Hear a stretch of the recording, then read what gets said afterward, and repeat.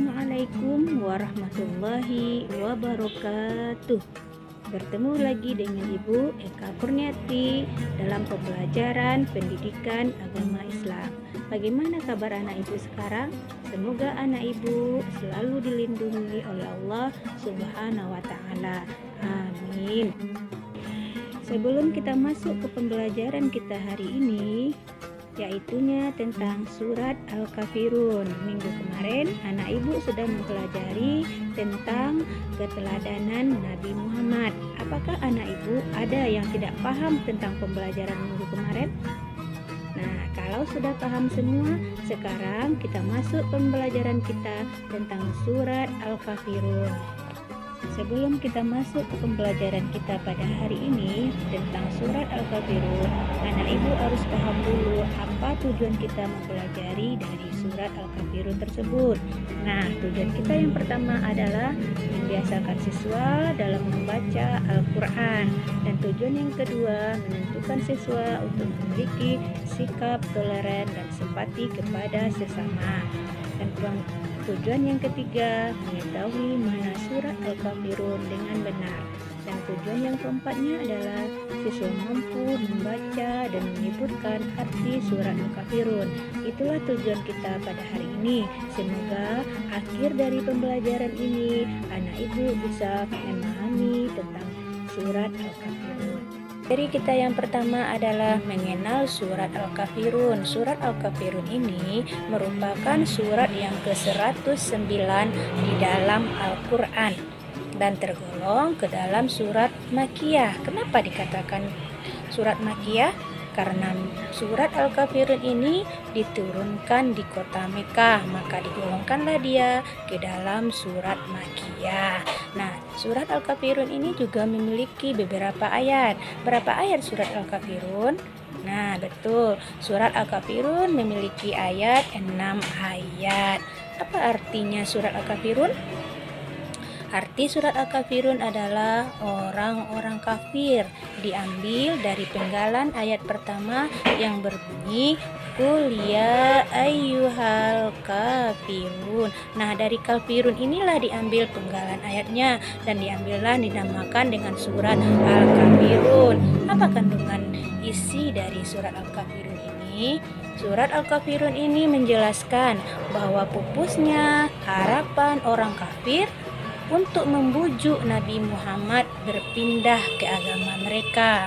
Nah, dalam surat Al-Kafirun ini juga Nabi Muhammad menegaskan, lakum dinukum waliyadin, agamamu untukmu dan agamaku untukku. Materi kita selanjutnya yaitu membaca surat Al-Kafirun. Sebelum anak ibu membacanya, di sini akan terlebih dahulu ibu bacakan bagaimana cara membaca surat Al-Kafirun dengan baik dan benar. Nah, sekarang anak ibu bisa mendengarkannya dengan baik terlebih dahulu.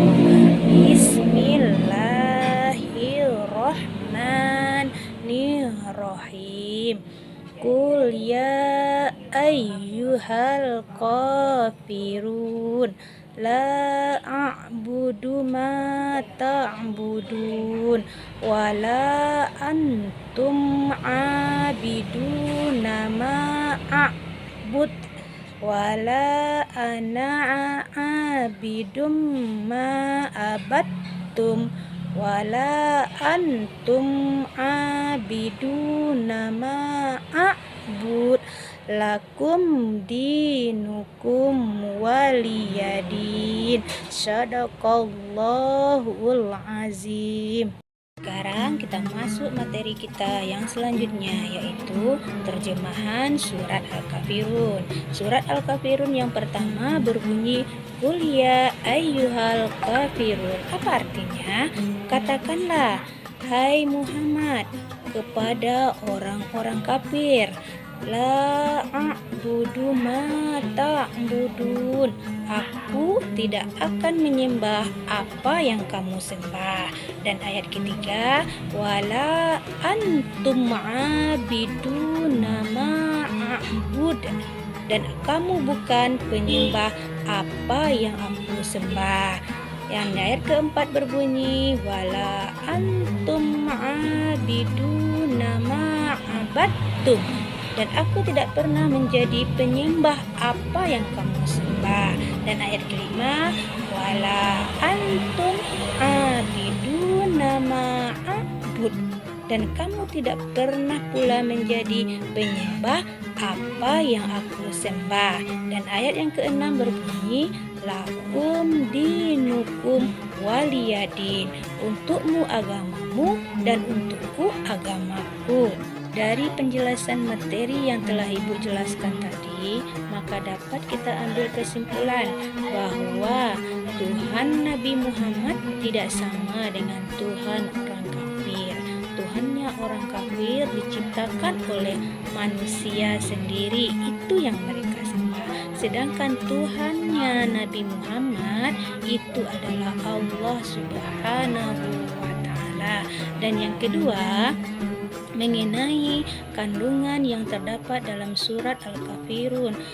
Surat Al-Kafirun menegaskan secara teliti dan secara tegas bahwa tidak ada toleransi mengenai akidah dalam surat Al-Kafirun. Kita boleh bertoleransi dengan sesama antar agama boleh, tapi apa yang kita tidak boleh bertoleransi yaitu mengenai keyakinan.